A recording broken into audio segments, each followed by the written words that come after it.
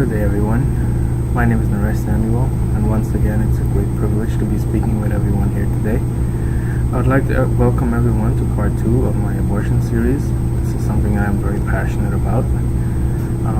Just to recap, I explained in the previous session that I am not against abortion. I am actually for it if it is used, and only if it is used for the right reasons.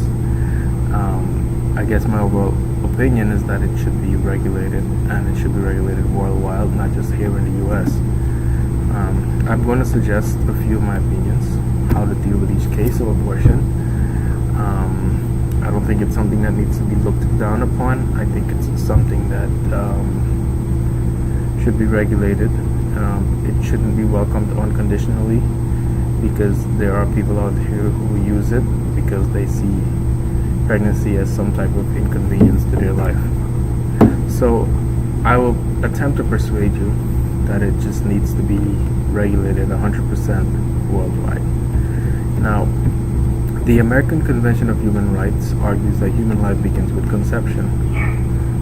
Now, as a 6-year Army medic, I have to agree with them because I have studied the science of conception for some time. So, I do agree that conception is where life begins. Now, in 2005, a young lady in Peru by the name of KL, she was given a diagnosis that her child would not survive. It was a medical indication for an abortion, yet she was denied the abortion, and she was forced to carry the child. And at the end of the pregnancy, after giving birth, the child only survived for 4 days. Now, as a mother, carrying a child for 9 months and building that bond and attachment, it is an extremely traumatic experience for anyone to have to give that child up 4 days after they were born. And so the United Nations had to side with this young lady when she decided to sue the professionals who denied her the medically indicated abortion, because they agree, and I also agree, that if the child was known to not to be able to survive, this is one of those scenarios where if regulations are in place, it can allow for a legal, safe abortion, which is, I believe, something that should have happened in this case. Now, this situation could have been totally avoided if laws were in place to prevent it. So, let's move on. When it comes to the topic of abortion, there are a few things that I will implement if I had the authority or the power to do so. Maybe I will one day, who knows. Firstly, if a woman comes to a clinic and she explains that she wants to have an abortion because she simply doesn't want to have the child, that's inexcusable, that's unacceptable, period, point blank. If regulations are in place, it could prevent this type of thing from happening.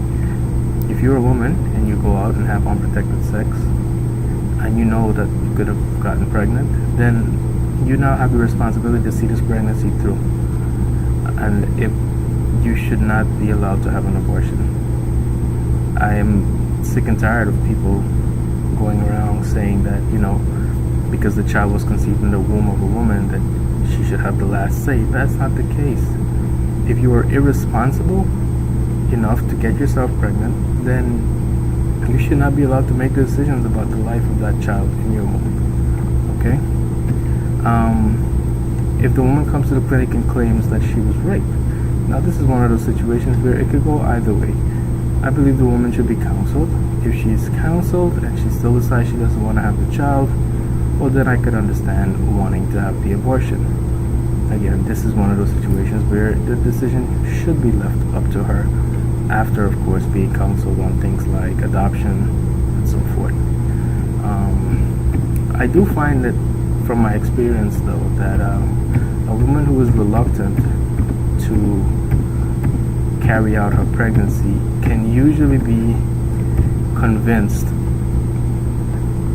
to keep the baby, and usually what I've seen happen is that, having gone through the pregnancy for 9 months, the woman decides that she wants to keep the baby because of the 9 months of bonding that she had done with this child. And this is funny that if people talk like this, they say that mothers bond with their child from the day they were conceived and as they grow older and older, and yet people are comfortable enough to say that abortion is okay because technically the baby is not a person yet because they're still in her mother's womb.